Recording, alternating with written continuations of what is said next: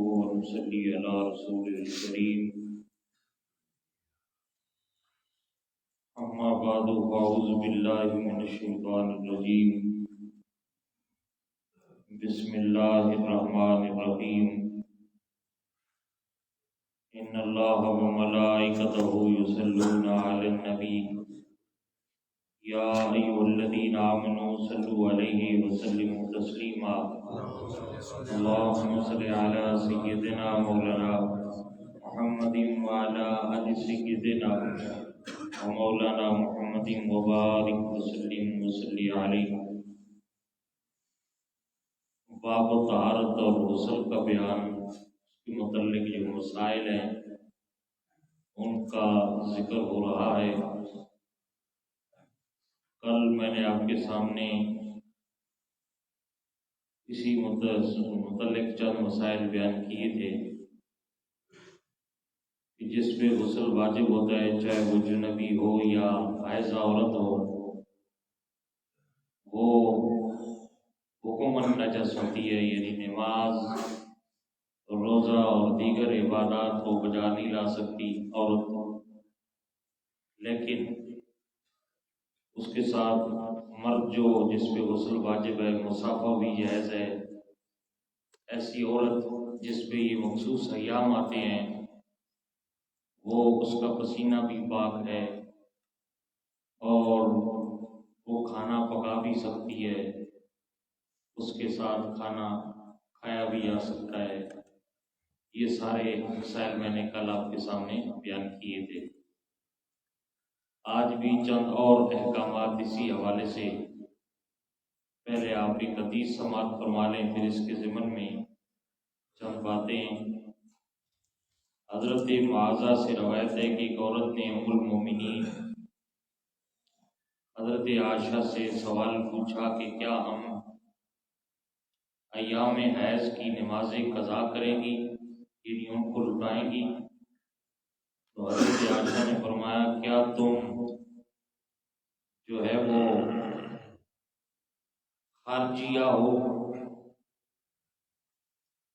لفظ آپ نے جو استعمال فرمایا وہ حرورہ ہے، یعنی خارجیہ۔ تو آپ نے فرمایا ہمیں یہ حکم دیا گیا ہے کہ حیض کی حالت میں جو نمازیں رہ جاتی ہیں ان کی قضا نہیں ہے۔ حضرت ابو عیسیٰ ترمذی نے اس حدیث پہ تبصرہ کرتے ہوئے فرمایا یہ حدیث احسن ہے، صحیح ہے، اور جمہور کا قول یہی ہے کہ جو حیضہ عورت ہوتی ہے روزوں کی قضا تو کرے گی، لیکن نماز اس پہ دہرانا ضروری یا لازم نہیں ہے۔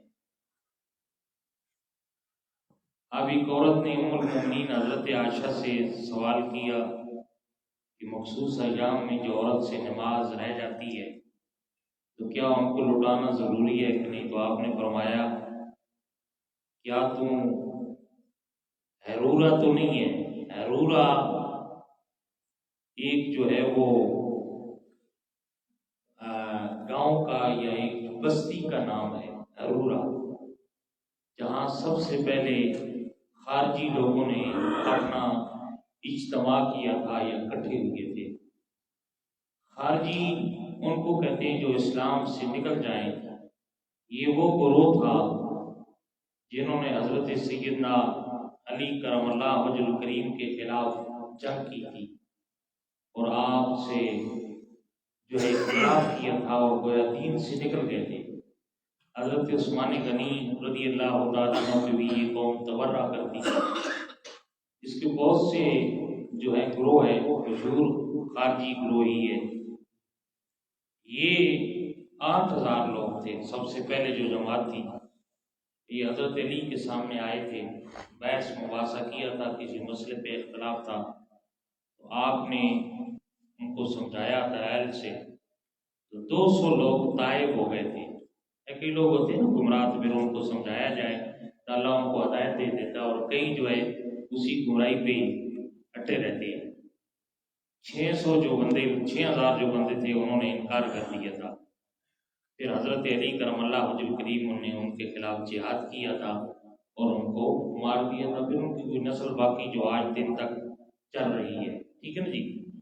دین سے خارجی کہتے ہیں جو دین پہ زیادہ سختی کرنے والے، بہت سے مسائل جو حدیث سے اور اجتماع سے ثابت ہیں ان کی مخالفت کرنے والے، ٹھیک ہے نا جی، اپنی طرف سے کوئی چیز جو ہے ان کو خارجی کہا جاتا ہے۔ تو آج بھی لوگ ہیں ایسے۔ تو انہوں نے یہ مسئلہ بیان کیا تھا، حالانکہ حضور نے حدیث میں یہ بات واضح کر دی تھی کہ عورت جو ہے وہ جب اس پہ مخصوص ایام آئیں گے تو 10 دن ہوتے مہینے میں، تو یہ 50 نمازیں قضا ہیں۔ اگر 8 دن ہو تو 40 نمازیں بنتی ہیں۔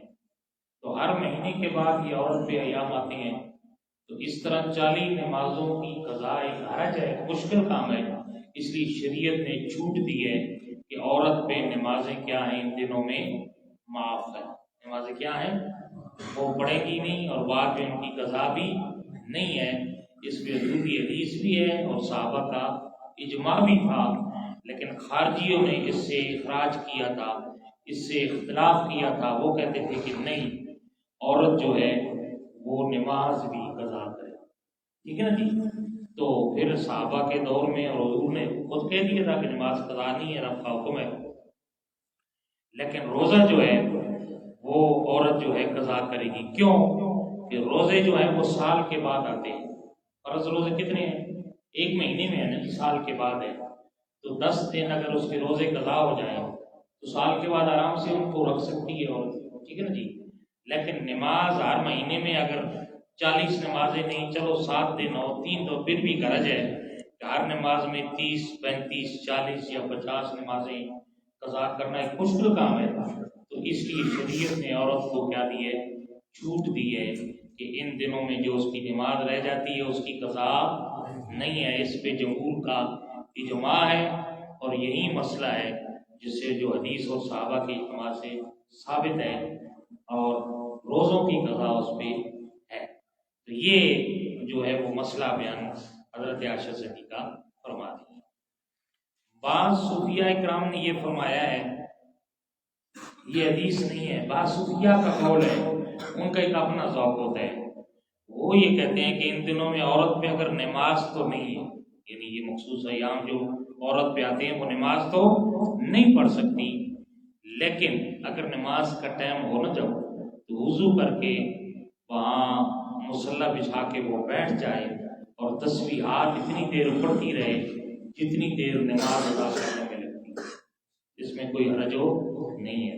اس لیے عورت، ایسی عورت جس پہ یہ مخصوص ایام ہو، وہ تسبیحات پڑھ سکتی ہے۔ وہ کیا ہے؟ تسبیحات پڑھ سکتی ہے، اور وہ جو ہے اذان کا جواب دے سکتی ہے، اور لیکن نماز یا عبادت نہیں کر سکتی، اور قرآن کو بھی نہیں چھو سکتی، قرآن پڑھ بھی نہیں سکتی۔ آگے حدیث آ رہی ہے، حضرت عبداللہ ابن عمر فرماتے ہیں نبی علیہ السلام نے فرمایا حائضہ اور جنبی قرآن میں سے کچھ بھی نہ پڑھے۔ جب یہ مخصوص ایام ہوتے ہیں عورت پہ یا مرد پہ غسل واجب ہوتا ہے، وہ قرآن چھو بھی نہیں سکتا اور قرآن کو پڑھ بھی نہیں سکتا، زبانی قرآن کو پڑھ بھی نہیں سکتا، ٹھیک ہے نا جی۔ عورت بھی قرآن پڑھ بھی نہیں سکتی اور قرآن کو چھو بھی نہیں سکتی ان ایام میں، نہ نماز پڑھ سکتی ہے، نہ کوئی سجدہ کر سکتی ہے۔ صرف عورت کو اتنی اجازت ہے کہ وہ اذان کا جواب دے سکتی ہے ان دنوں میں، تسبیحات پڑھ سکتی ہے، لیکن اور کوئی عبادت نہیں بجا لا سکتی۔